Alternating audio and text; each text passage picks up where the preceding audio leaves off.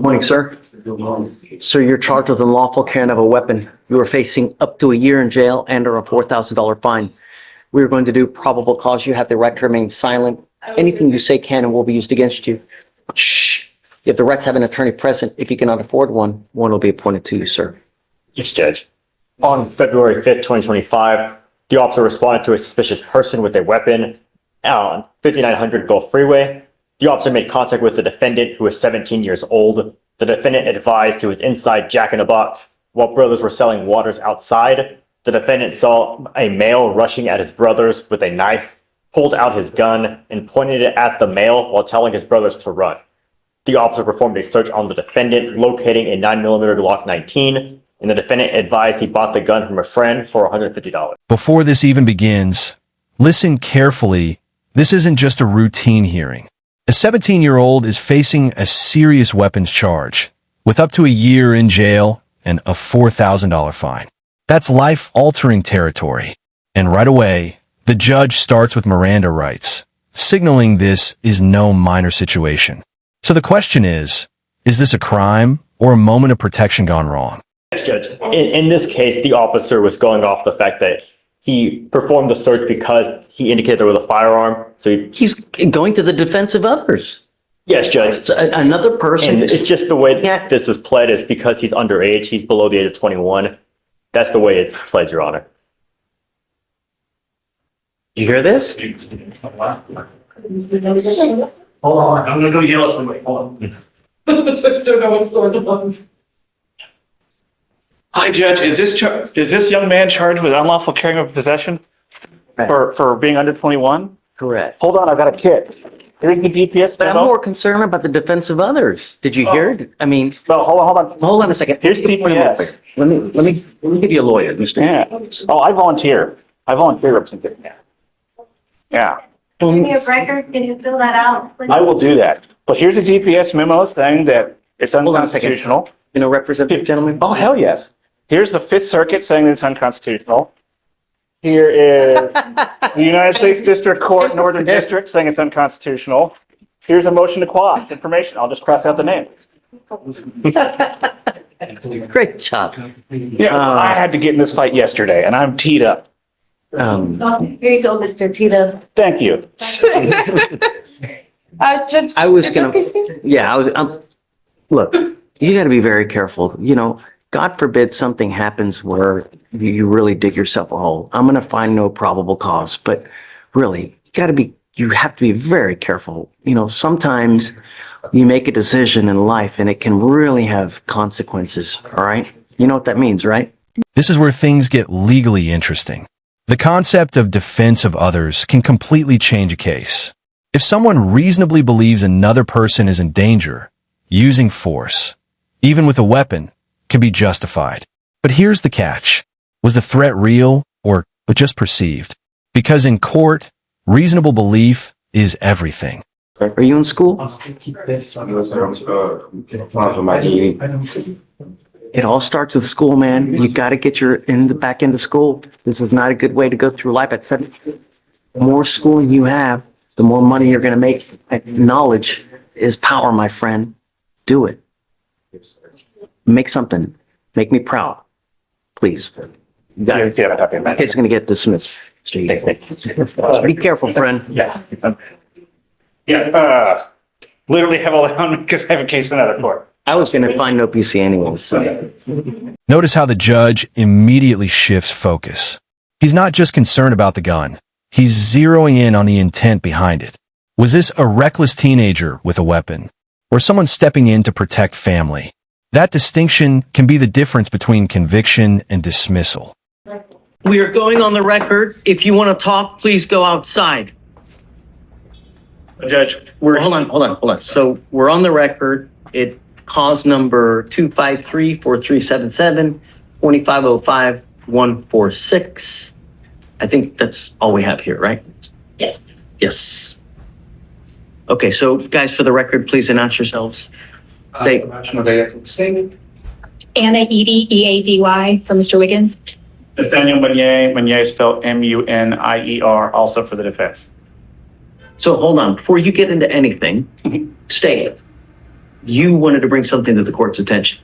Yes, Judge. So we had received a call that Mr. Wiggins was in violation of the protective order that was in this VPO, and that he was reaching out to the complainant witness in this case. We have checked the jail calls. Those jail calls show that since March 24th, which is, of course, after. And just like that, things escalate. We now have references to federal court rulings and constitutionality. When attorneys start citing higher courts, especially federal circuits, it signals a bigger legal conflict beyond just this one case. This isn't just about one teenager anymore. This touches on how the law itself is being applied. The October VPO. Since just March 24th, we have 293 calls made to the complainant's phone number. Just yesterday, we had, I believe, 28 calls to that number as well. So in one day, you're saying he made how many calls? So yesterday, he attempted 28 calls to the complainant's phone. So Judge, I'm going to preface this conversation with, Miss Edie texted me about 10 minutes ago, so I came up on short notice on this. But my understanding is that there's no longer protective order in effect because it's been long enough that the protective order. There's an order for him not to have any contact with her. Are those part of his bond conditions? Yes. My client's not on bond. He is not supposed to have any contact with her whatsoever. I understand, Judge, but the way that this court and other courts in the county have structured those conditions have been bond conditions, which my client is not on a bond. He is in custody. He has not broken. I have ordered him, even though he's in custody, not to call her. I understand, Judge. Assuming that he had violated some form of a court order that is not a bond condition, I believe the appropriate remedy would be contempt, and which would be a separate criminal proceeding. At the same time, for Miss Edie talking. Boom, did you catch that? The judge says, I'm going to find no probable cause. That's huge. It means the court doesn't even see enough evidence to move forward with the charge. In simple terms, the case collapses before it even begins. And just like that, a potential criminal record disappears. Today, it sounds like that the court was going to order ag-seg in the jail, so the formal. The only way that we can revoke phone privileges on someone is ag-seg. Yes, Judge. My issue with that is it's a hammer when a scalpel is needed. So while I understand that the district attorney's office has alleged that my client is called a victim in this case, there's no protective order in place. The bond conditions are not in effect because he's not on bond. Thus, no crime has taken place. And third to that, Judge, if he's to move to ag-seg, he would not be able to make any phone calls, not just to the victim, but anyone, including counsel, which while we are here on a misdemeanor, he is in custody on a felony and relatively serious felonies. And The not being only able. way, okay, I understand your plight, Yes, Judge. but there are other remedies for you to be able to communicate. Letters, in person, but the only way for me to be able to ensure that the complaining witness is not called is to put him in segregation. That's the only way. Judge, the problem is nobody would be able to call, including our office as well as his felony attorneys. Letters through the jail are notoriously slow. A letter to my mother, who lives in the same city, takes 4 days. And in the jail, you're taking over And a I'm week. willing to put him on the docket one time a week so you Now watch this shift. It's subtle but powerful.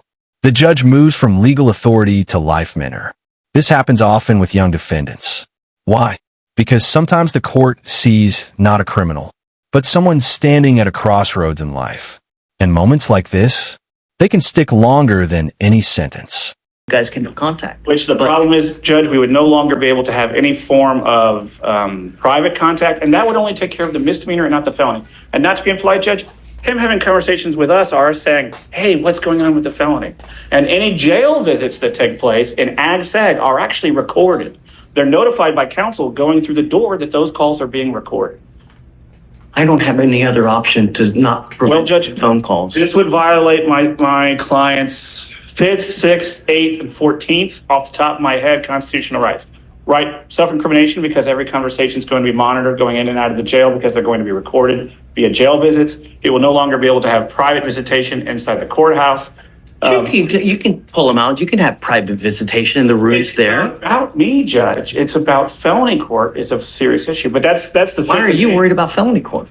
Because that's why he's in, Judge. Then That's also in because of ours. Our bonds are at $60,000. I understand, Judge, but the reason that this is taking as long as it is and it's been taken as serious as it is because he's in custody on a felony.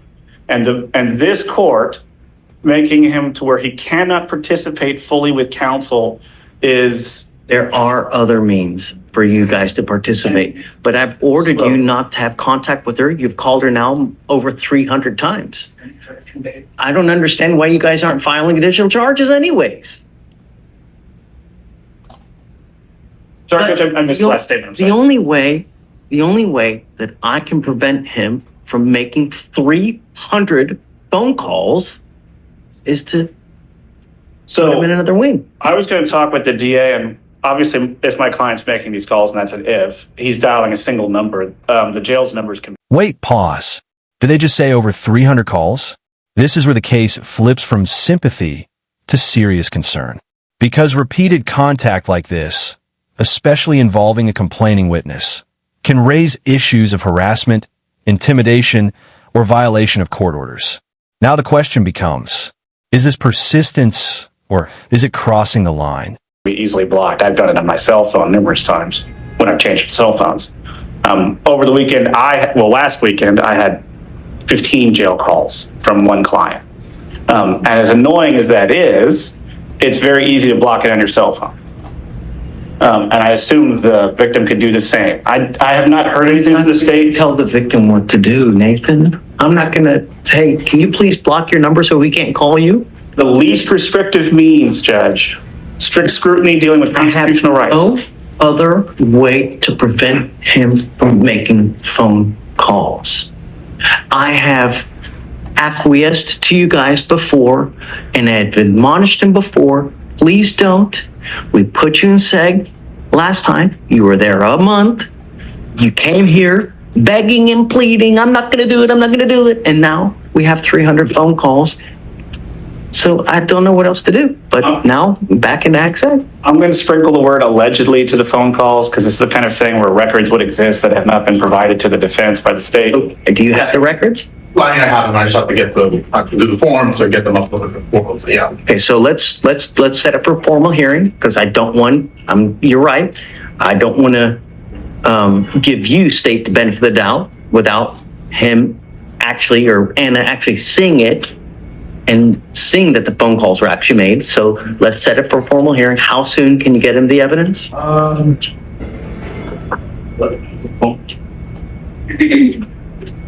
trying to think of the last time that I got killed. It could be tomorrow, it'll be a few days. So, I don't know if we want to set it off next Monday or something like that. I think I should have it by then. This is the point for that. Actually, connected with those places. And if we could keep him in normal population so that we could visit him, as does his felony counsel, and they could. Wiggins, I'm going to have you sign an affidavit from today promising me you're not going to reach out to the complaining witness in this case by any means. If you do, I can have a contempt hearing. And Now we're in full legal battle mode. The defense is arguing violations of the 5th, 6th, 8th, and 14th Amendments. That's a full constitutional lineup. This isn't small. They're essentially saying restricting his communication could violate his right to counsel, due process, and fair treatment. So now the judge faces a tough balancing act. Protect the victim or preserve the defendant's rights. every single time it's punishable by up to 6 months in jail and a $500 fine per the advice of your lawyer. Because he thinks this is the correct avenue instead of AgSeg. Do you understand? No. Don't contact the complaining witness. Don't use anyone else to contact the complaining witness. Don't use anyone else's number to contact the complaining witness.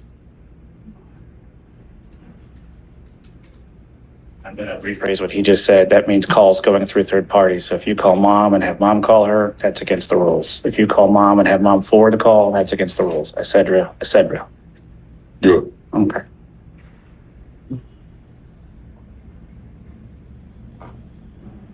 This is the affidavit that you're going to sign promising me you're not going to contact her or the complaining witness in any of my misdemeanor cases. Do you understand? Okay, so you want to set it for Monday? Okay, but just get it as soon as you can, get it to them. Have a hearing on Monday to see whether he's actually making the phone calls that we ordered him not to. This is you swearing that you will not make these calls. And let it be clear that I truly have no least restrictive means than to deny his ability to make phone calls to the complaining witness. There really is no less restrictive means. Judge, my understanding is that the jail can prevent Mr. Wiggins' SPIN number from calling him. In the last time, he used someone else's SPIN number to make the phone calls. And what's that? So, Yeah. well, we'll see this time. I don't know.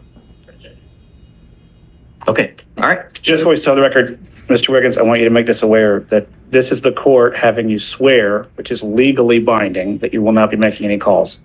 And if you violate this sworn oath, then that is punishable under the law. You understand? Good. Okay.